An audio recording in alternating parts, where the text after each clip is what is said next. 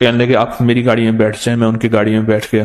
مجھ سے کہنے لگے یہ جو چوک ہے نا فلاں فلاں، میں نام نہیں لیتا، فلاں فلاں، اس کی اتنی جاگیر تھی کہ 3 دن 3 راتیں گھوڑی دوڑتی رہتی تھی، ختم نہیں ہوتی تھی. اور پھر ان کی نسلوں میں کوئی ایسا آیا اور خود اس کو کوئی ایسی چیز پڑ گئی کہ ایک وقت تھا اسی چوک پہ کھڑے ہو کے بھیک مانگتا تھا. اور ایک دفعہ سخت سردی تھی، بھیک مانگ رہا تھا، سردی میں ٹھٹر گیا، اور ٹھٹر کے تو میں چھپ گئے جیسے آج کل سردی ہے. رات کو وہیں مر کے پڑا تھا. صبح اٹھایا، کچھ لوگوں نے چندہ کر کے کفن دے کے دفن کر دیا. میرے حضور کا فرمان ہے اپنے مالوں کو زکوٰۃ کے ذریعے محفوظ کرو، محفوظ کر لو. اگر محفوظ نہ کیا نسلوں میں فقر اور فاقے، غربت، تنگ دستیاں، فقیری اور منگتا ہونا نسلوں کو دیکھے جائیں گے. پھر نسلیں کہیں گی پدرم سلطان ہمارا باپ، ہمارا دادا بادشاہ تھا، جاگیردار تھا، مالدار تھا. ہمارے بڑے بتاتے ہیں زندگی بھر کے لیے فقر اور فاقہ، غربت اور تنگ دستی سے بچے رہیں. غیب سے اللہ کا نظام ایسا چلے گا، ایسا چلے گا، ایسا چلے گا. اللہ سارے بھوکے ہوں گے، سارے پیاسے ہوں گے، سارے فقیر ہوں گے، سارے منگتے ہوں گے. اللہ تجھے کھلائے گا بھی صحیح، پلائے گا بھی صحیح، سلائے گا بھی صحیح. عزت کے تکیے، عزت کے لقمے، عزت کے جام، عزت کے جام. مالک بن دینار رحمت اللہ علیہ کے پاس ایک بندہ ہدیہ لے کے آیا. اللہ کے ولی تھے. حضرت ہدیہ قبول فرمائے. آپ قبول فرما لیتے تھے، کسی کا نہیں کرتے تھے. میں نہیں لیتا، تیرا رزق حلال نہیں ہے. دیکھ کے فرما دی تیرا رزق حلال نہیں. دیکھ کے فرمایا تیرا رزق حلال نہیں. انہیں حضور حلال ہے، فرمایا نہیں ہے. تو اچھا فرمایا ایسا کر، یہ رزق لے جا جو مجھے ہدیہ دیتا ہے. تجھے سب سے زیادہ جو مستحق ضرورت مند ملے اس کو دے. دینے کے بعد پھر اس کا پیچھا کر. وہ ان پیسوں سے کرتا کیا ہے؟ اب مرشد کا حکم تھا، فرمان تھا، کیا. دیکھا تو ایک لولا، لنگڑا، اپاہج، معذور، اندھا، کانا، کپڑے خستہ حال، بالکل بے بس، اور بھیک مانگ رہا ہے. اس کا دل نرم ہوا اور کہا کہ اس سے بڑا ضرورت مند پھر کوئی نہیں ہے. اس کو جا کے مال دیا، پیچھا کیا. چلتے چلتے چلتے اس نے جا کے نا آگے گیا تو نہ وہ لولا تھا، نہ وہ لنگڑا تھا، نہ وہ کندھا تھا، کانا تھا، نہ وہ اندھا تھا، کچھ بھی نہیں تھا. بالکل ٹھیک ٹھاک ہو گیا اور یہ حیرت سے دیکھ رہا ہے. کرتے کرتے جا کے اس نے ان پیسوں سے حرام کام کیا.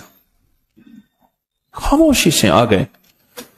آپ کا فرمان ٹھیک ہے، میں اب یہ میرے پیسے لے.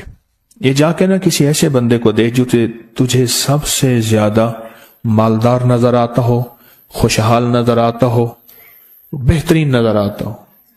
اب پیسے لے لیے. اب دیکھا تو ایک صاحب ہیں بڑے قیمتی گھوڑے پہ، لاجواب پوشاک ہے اور بہت اچھی حالت ہے ان کی، بہت اچھی حالت. سوچا کہ حضرت نے فرمایا تھا کہ سب سے زیادہ خوشحال کو دینا. اس کو جا کے پیسے دیے، اس نے لے لیے. اب اس کا پیچھا کیا. وہ ایسی دکان پہ گیا جہاں سے راشن لیا جاتا ہے. اس نے تھوڑا تھوڑا راشن لیا. حیران ہو گئے، اتنا مالدار آدمی ہے، ایسے راشن لے رہا ہے جیسے کوئی بندہ روز کی آئے روز کی کھائے، اتنا ضرورت مند. اس کا پیچھا کیا. ایک پرانی حویلی تھی، ایک پرانا محل نما ایک گھر تھا، ٹوٹا پھوٹا. اس کا جا کے دروازہ کھٹکھٹایا. ابھی اندر جانے ہی لگا تھا تو اس نے لگام پکڑ لی. اس نے دیکھا تو ہے تو وہی جس نے آج میری مدد کی ہے. کہا تجھے اللہ کا واسطہ ہے، اب مجھے اپنے حالات بتا دے. تو کہنے لگا تو نے جس کا واسطہ دیا ہے اور پھر تو نے میری آج مدد کی ہے، میں نے آج تک اپنے حالات کسی کو نہیں بتایا. میں رئیس اعظم تھا. تلک الایام نداولها بین الناس. اللہ کی طرف سے آزمائش آ گئی اور فقر، فاقہ، غربت، تنگ دستی ختم، ہر چیز ختم ہو گئی. کئی دنوں سے میں بھی بھوکا ہوں، میرا گھوڑا بھی بھوکا ہے، اور یہ میں نے کپڑے سنبھال کے رکھے ہوئے ہیں. یہ ایک لباس ہے رکھا ہوا ہے، باہر اسی لباس میں نکلتا ہوں، کسی کو یہ شک نہ پڑ جائے یہ بھوکا ہے، یہ فقر کی حالت میں ہے، یہ غربت کی حالت میں ہے. میرے حال سے کوئی سوال کا دروازہ نہ کھولے، غور سے سمجھے گا. میرے حال سے کوئی سوال کا دروازہ نہ کھلے، میں ایسا حال بناؤں لوگ مجھے سوالی سمجھیں، کہ کچھ لوگ زبان سے سوالی نہیں ہوتے. میرے آقا کا فرمان ہے اپنی بیماریوں کا صدقے کے ذریعے علاج کرو. اور صدقہ، یہ سارا واقعہ سنانے کا مقصد تلاش کرو، زکوٰۃ تلاش کرو، کس کو دینی ہے، کون ضرورت مند ہے، کون ایسا ہے جس کو بظاہر لوگ مالدار سمجھتے ہیں، اندر سے خالی ہے، کھوکھلا ہے. ہوا یہ ایک خیر کے کام کے لیے پیسے جمع کرنے تھے، خیر کے کام کے لیے. اس وقت 24,000 تھا، بہت بڑی رقم تھی. 24,000 مجھے چاہیے تھا. تو کہنے لگے کہ میں نے سوچ کے کہاں سے لے آؤں، ہے نہیں. روز کماتا ہوں، بچوں ٹھیک ہیں، گھر پل رہا، دودھ لاتا ہوں، بیچتا ہوں، ایک نظام ہے میری، سردی گرمی بارش طوفان کی ترتیب چل رہی ہے، کہاں سے لاؤں. تو کہنے لگے خیال آیا یہ موٹر سائیکل نہ بیچ دوں. فوراً اٹھا، موٹر سائیکل لے گیا. غالباً مجھے بتایا کہ 28,000 کا یہ یاما موٹر سائیکل بکا، اور بیچنے کے بعد میں نے اٹھا کے سارے پیسے 24 ادھر دے دیے، باقی رکھ لیے. اب خالی ہو کے بیٹھ کے پھر مصلی بچھا کے اللہ سے مانگنا شروع کر دیا. اور مانگتے مانگتے عالم یہ ہوا کہ میں فقیر ہو گیا. اللہ نے مجھے 4 دن آزمایا.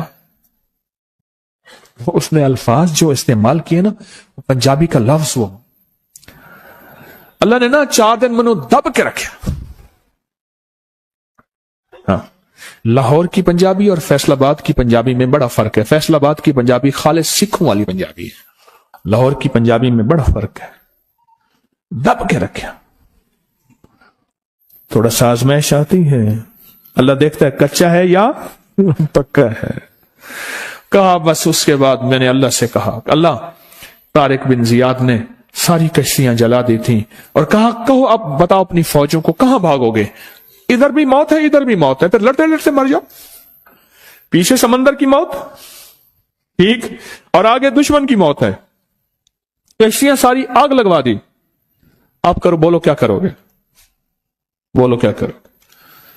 اللہ نے سارا نظام فتح دے دی، کامیابی دے دی. اور کہا پھر اللہ نے میرے لیے جو دروازے رزق کے کھولے ہیں، اب مجھے کوئی بھی چیز ضرورت ہوتی ہے، میں گھر کی چیز بیچ دیتا ہوں، اور بیچ کے اللہ کے خزانوں میں دیتا ہوں بغیر سوال کے. اس کے الفاظ ہیں، کیا الفاظ ہیں؟ بغیر سوال کے اللہ مجھ پہ رزق کے دروازے کھول دیتا ہے، اللہ میری ضرورتیں پوری کر دیتا ہے، اللہ نے مجھے خوشحالی دی ہے. اور مجھے کہنے لگے سارے گر مجھے حاجی صاحب نے بتائے تھے، اللہ سے لینے کے سارے گر یہ مجھے حاجی صاحب نے بتائے تھے.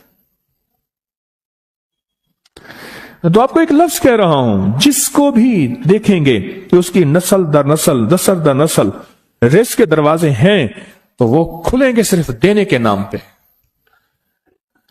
سوال کے دروازے کھولنے کے نام پہ، سوال کے دروازے کھولنے کے نام پہ کبھی نہیں کھلیں گے. ورنہ رزق آج کل کے ماڈرن جوئے میں چلا جائے گا. آج کل کے ماڈرن جوئے آئے ہوئے ہیں. اپنے رزق کو میرے آقا کا فرمان ہے، اور بیماریوں کا علاج صدقوں سے کریں. اور صدقے سے مراد صرف بکرا نہیں، صدقے سے مراد صرف سریاں نہیں، صدقے سے مراد کالے مونگ نہیں، صدقے سے مراد تیل سوئیاں نہیں، صدقے سے مراد یہ میں مختلف آپ کو تک انداز بتا رہا ہوں. یہاں LOS ہے لاہور کے ساتھ، یہ پہلے نہیں بنا تھا، نالا تھا، نالے کے ادھر ایک سمن آباد کی طرف سڑک جا رہی ہے، پرانی بات ہے. وہاں کچھ بندے نے کتابیں لگائی ہوئی تھی، میں کتابیں دیکھ کے